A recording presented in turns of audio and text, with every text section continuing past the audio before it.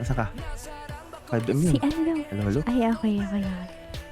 Kung ang Tagalog ng tinta, kung ang Tagalog ng ink ay tinta, kailan mo ba ako papakilala kay tita? Sabi dito mag-green light to hanggat wala ka. Sige, wasak.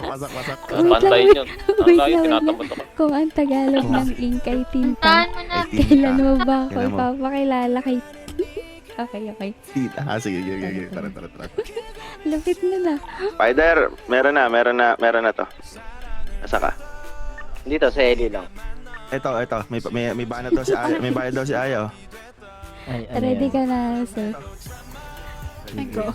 Ano? Sorry na. Ay, gago ka.